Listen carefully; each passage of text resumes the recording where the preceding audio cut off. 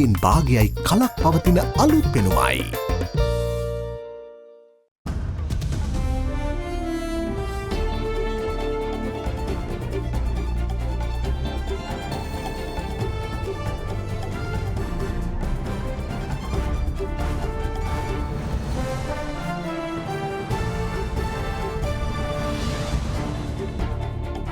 Tonight, reply to sender.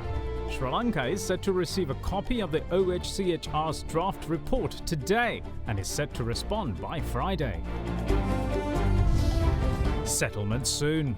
The Marine Environment Protection Authority offers an update on Express Pearl claims. MIPA has submitted the second claim, out of which they have agreed to pay nearly $2.155 million US dollars. They have committed that they will pay it very soon. We have submitted the third claim as well.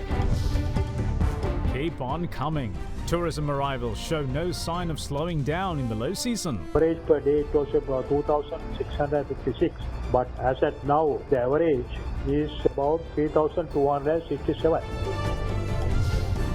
Compromise. The Ceylon Chamber of Commerce calls for a rethink of the surcharge tax bill for fear of scaring off investors. All that and much more coming up on First at 9. This Monday, the 14th of February 2022. Fair and Lovely wala aluth nama then Glow and Lovely. Fair and Lovely then Glow and Lovely. From AdaDerana, this is AdaDerana First at 9. Live from Studio 24 in Colombo. Good evening, welcome to First at 9. I'm Dhammik Naik.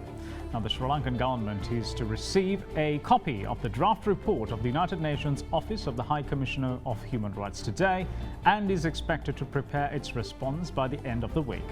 Meanwhile, local pressure had been ramped up against the government's proposed amendments to the Prevention of Terrorism Act, with a petition filed in the Supreme Court challenging the constitutionality of the new amendments.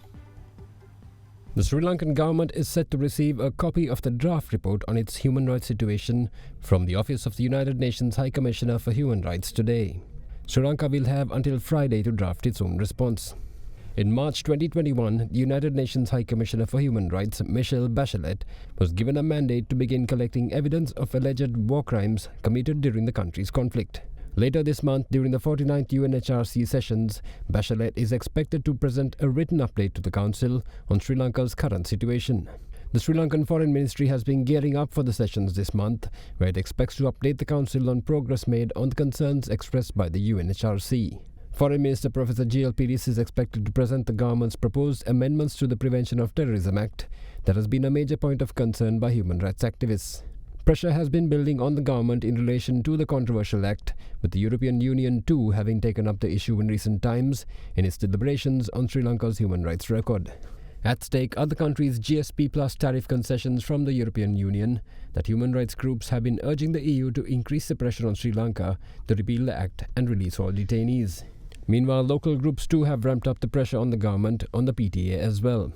With the Prevention of Terrorism Temporary Provisions Amendment Bill currently in Parliament for approval, a special determination petition has been filed by the Centre for Policy Alternatives Executive Director, Dr. Paikiyasoti Sarvanamuttu, challenging its constitutionality. The petitioners also argue that the amendment bill does not sufficiently address the most fundamental problems contained within the PTA, namely that the law has long been abused to ensure prolonged detentions and the deprivation of fundamental liberties. The new amendments, the petition says, is simply not enough to protect against further abuse of the Act. The petition seeks a Supreme Court declaration requiring the bill to be passed either by a two-thirds parliamentary majority or through a referendum. The Centre for Policy Alternatives hence urges the government to withdraw the bill and take concrete steps to undo the decades of abuse. In the meantime, a public signature campaign is set to begin tomorrow from 11 a.m. to 1 p.m. outside the Colombo Fort railway station, calling for the repeal of the PTA. The campaign has been organised by a group calling itself Justice for All, which is a bipartisan collective of political parties convened by Ilankai Tamil Arasukatchi parliamentarian M.A. Sumandiran. Now, even though the peak tourist season has come to an end, airport authorities believe that Sri Lanka's tourist numbers will not decline just yet, with tourist figures remaining over 80,000 in January, similar to December.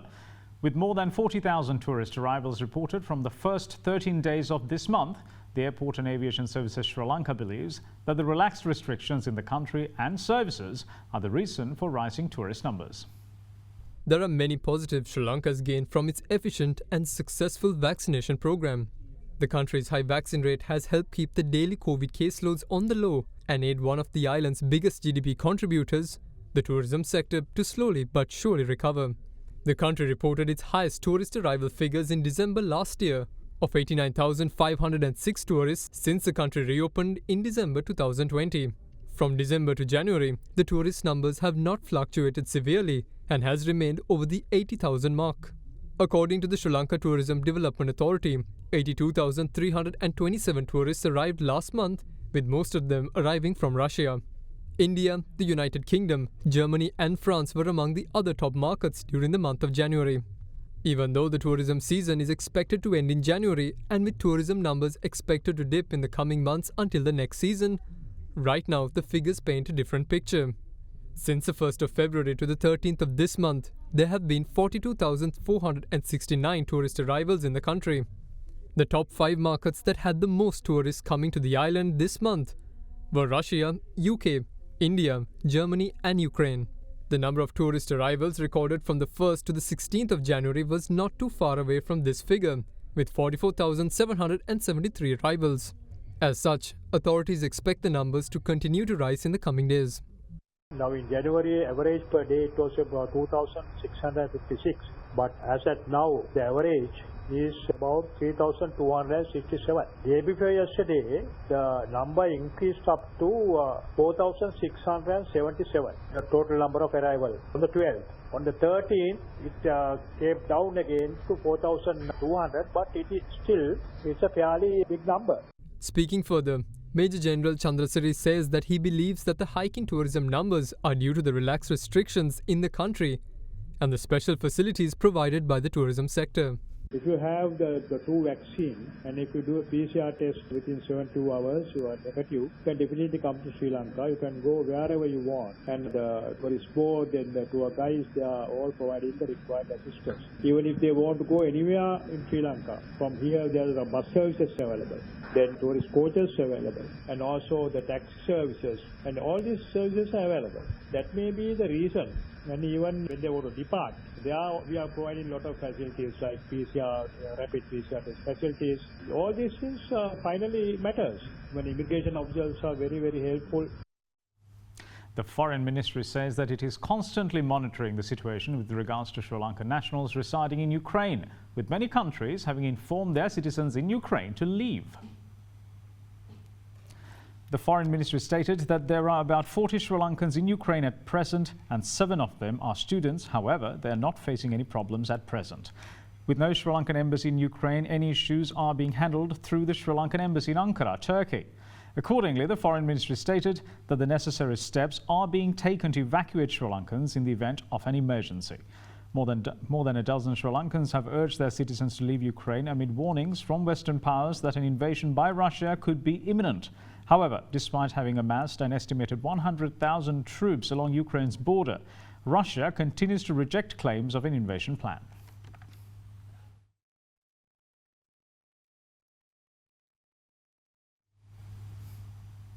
While expecting $2.15 million from the $4 million second interim claim for the MV Express Pearl disaster to be remitted soon, the Marine Environment Protection Authority says that it has also submitted its third interim claim to ship insurers. Speaking to AdaDerana English News today, MIPA chairperson Darshini Lahandapura offered an update on the wreck removal process of the Express Pearl, revealing that currently 78% of the objects lying on the seabed have been removed. It has been almost 9 months since Sri Lanka experienced its worst maritime disaster in its history. The feeder vessel MV Express Pearl caught fire in May last year within the Colombo port jurisdiction area and settled on the seabed within Sri Lankan waters during its attempts by the Sri Lankan authorities to tow the burnt vessel into deep seas. The incident had by then already caused serious damage to the country's coastal areas, ranging from Kirinda in the south to Mana in the northeast. According to the Maritime Environment Protection Authority, a 40-member expert panel has been working to assess the extent of the damage caused to the marine environment. However, they say that they are unable to prepare a final report on the assessment until the shipwreck is removed. Until then, the panel will be engaged in preparing interim reports. Accordingly, the first interim report prepared by the expert panel was submitted to Australian law firm Sparkle Helmore for their review last December. They have sent their comments on the report, identifying various improvements that we are supposed to do in the report, as well as some of the analytical testing that we are yet to receive, also to be included in the final report. So we had a detailed workshop with Australian legal experts last Saturday with our local expert team. So there was a comprehensive presentation done by the Australian legal experts, emphasizing the way forward, what are the reports that are to be included and what are the areas to be focused more in our report. So according to their information, the instructions will be carrying out the rest of the report preparation during these couple of months. In the meantime, the removal of the vessel from Sri Lankan waters has been undertaken in two main stages. One stage involves the removal of the containers from the seabed and the removal of the wreck itself. The contract to remove the containers in the seabed, however, has been handed over to US-based company Resolve Marine. According to the MIPA, the process is currently underway. They have identified nearly 388 debris or objects on the seabed, and out of that they communicated us recently that they have completed more than 78% of the identified debris. The removal of the shipwreck sunk in the Sri Lankan seas is carried out by Shanghai Salvage Company, which is based in China. However, according to the MIPA chairperson, there have been some complications in the process.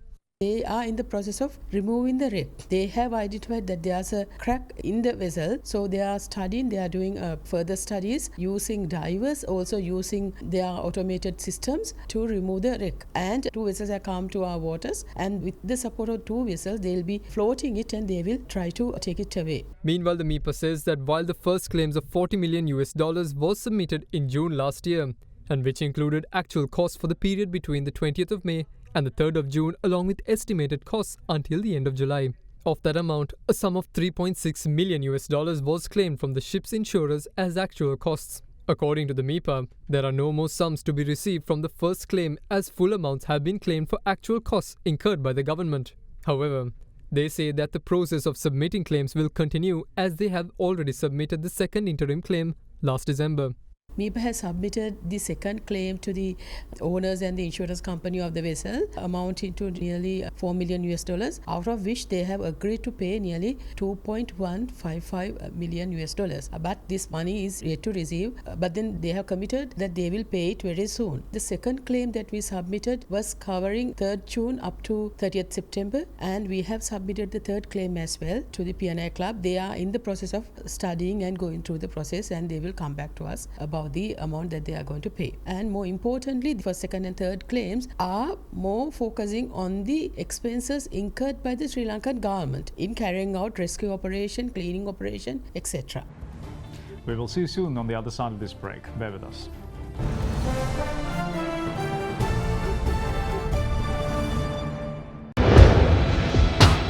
Big 3.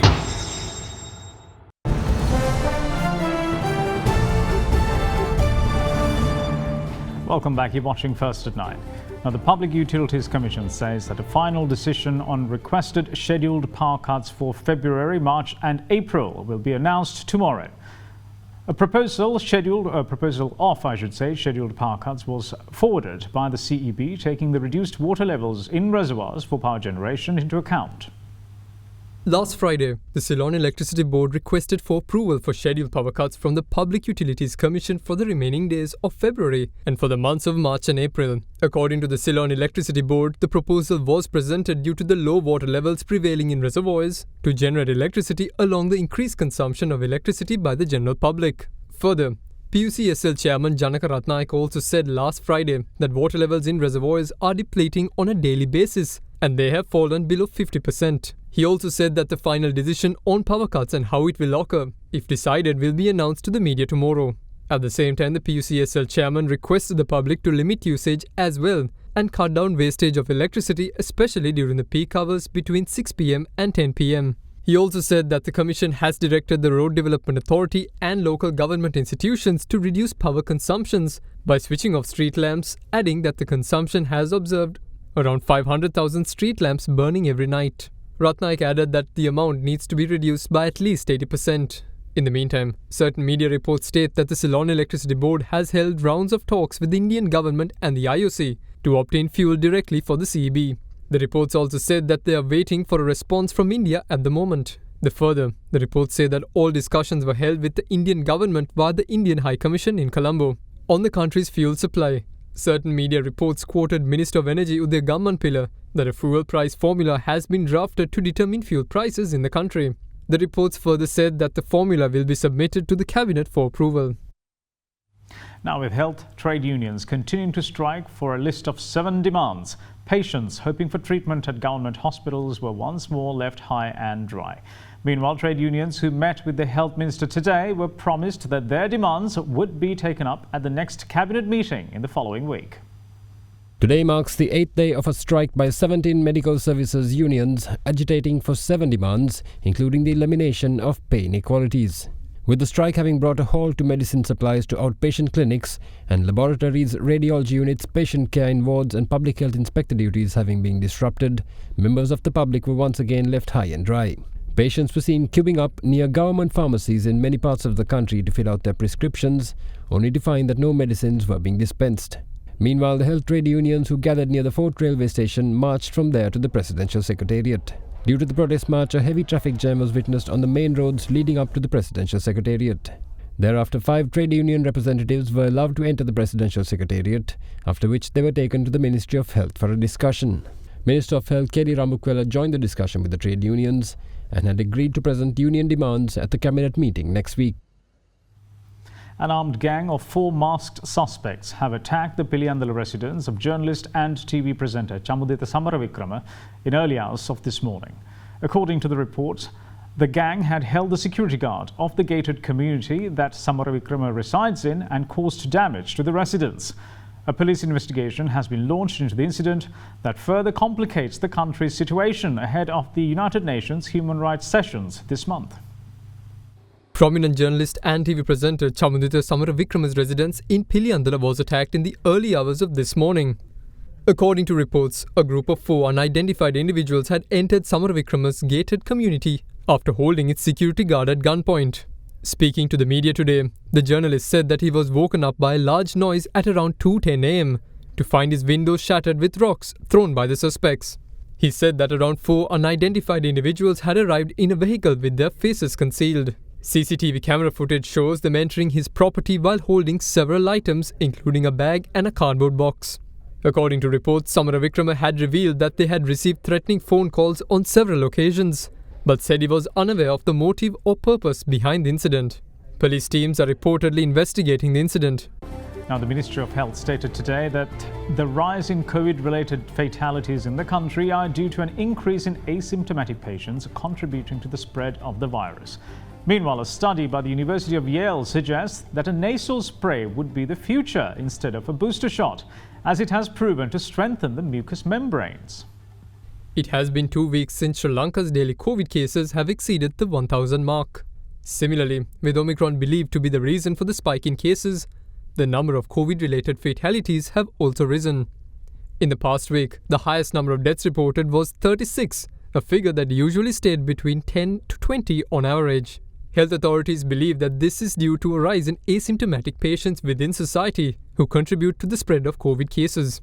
The daily reporting deaths have gone above 25 and sometimes above 30, and this is basically because the total number of infected persons in the community has gone up compared to the reported cases, where when we get 1,000 cases reported who are having some kind of symptoms and or considered as first contacts and taken or tested for COVID and confirmed. Compared to these numbers, there can be a certain proportion of people who are infected but not showing any signs and symptoms or very mild symptoms. Therefore, they themselves may not aware that they are infected, and therefore they will not get tested. And as a result, even these infected people can spread the disease, although not to that extent that symptomatic patients. This disease can spread relatively healthy person to another relatively healthy person who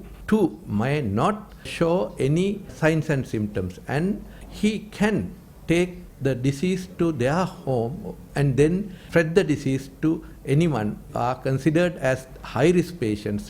As such, the Ministry of Health continues to urge the public to complete the 2-dose vaccine regime and get the booster dose within the stipulated time. So far, there have been 6,128,974 people who have been administered with the booster dose.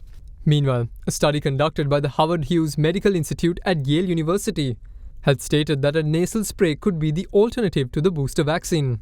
The researchers stated that the nasal spray could be administered following an initial mRNA vaccine injection. The nasal spray would then act as a booster dose as it strengthens the mucous membranes and act as a first line of defense. Researchers at the university believe that such a strategy might offer a way to counter the waning effectiveness of current mRNA coronavirus vaccines.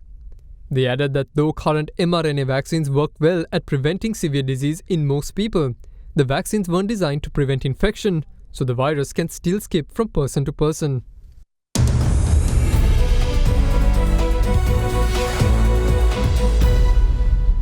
The Ceylon Chamber of Commerce has called on the government to rethink certain provisions of the recently gazetted surcharge tax bill before parliamentary approval. The Chamber specifically cites the application of the surcharge tax at group level as having an unfair impact on smaller subsidiaries and minority stakeholders, which would make investors rethink when considering joint ventures with large local conglomerates. The Ceylon Chamber of Commerce has issued a communique raising serious concerns regarding provisions of the surcharge tax bill that was gazetted by the government recently in relation to its budget proposals on the subject. The Chamber says that it has previously at various fora highlighted the impact that such retrospective taxes would have on investor confidence and also presented specific recommendations to the Minister of Finance on the proposal. In its official statement, the Chamber calls the retrospective tax arbitrary in nature and had previously warned of issues such as marginal relief and double taxation on dividends of group companies, but adds that following this, double taxation issues had been addressed at present. However, it says that other concerns have not been taken note of so far. The Chamber says that it had provided many alternative recommendations for the implementation of the surcharge tax in the form of either an income tax surcharge of 10% from all taxpayers, an income tax surcharge at varying rates depending on the level of income, credit to be carried forward for paying the one-off tax, or the imposition of the tax on a prospective basis. The Chamber says that it is of the view that either of these alternatives could raise the government's targeted revenue while minimizing the burden on the private sector. The Chamber adds that it had specifically requested the Finance Ministry to avoid application of the surcharge tax at group level due to the unfair impact on smaller subsidiaries and minority shareholders. It also explains that application at the group level could be a serious deterrent to local and foreign investors who consider entering into joint ventures with large conglomerates. On this basis, the Chamber of Commerce requests the government to reconsider some of these provisions before approval by Parliament and offers its support to develop alternative proposals to ensure revenue targets are met. Now, Sri Lankan shares ended marginally higher today, extending gains to a third straight session supported by financial and communication services stocks. The CSE All-Share Price Index closed 0.09% higher at 12,470.81 points, while the S&P SL20 also rose 0.38% to close at 4,235.35 points. Now, with that, here's Dimatha Mathi with a brief report on today's market performance. Today we are starting to see again a lot of volatility in the market. If you take today at the start of the day, we saw the market rising by over 100 points into the green territory, and then afterwards we saw again the selling pressure starting to settle in, and with it gradually we saw all the gains being erased and the market moving into the negative territory, and selling pressure continued during the day, and up to midday we saw further downtrend and significant negativity in the market. However, towards midday we saw the market sort of bottoming out, and then buying interest starting to come back into the market with bargain hunters entering the buying hunt, and with it we saw a gradual uptrend and market moving on a upward momentum. Towards the end of the session, we saw the market coming back into the green territory, and during the last half an hour of trading, market sort of stagnant during that half an hour. Now, in the currency market, the Sri Lankan rupee remained at the same level against the US dollar today at 202.99 cents. Now, with that, let's take a look at how the Sri Lankan rupee fared against other major currencies during the day.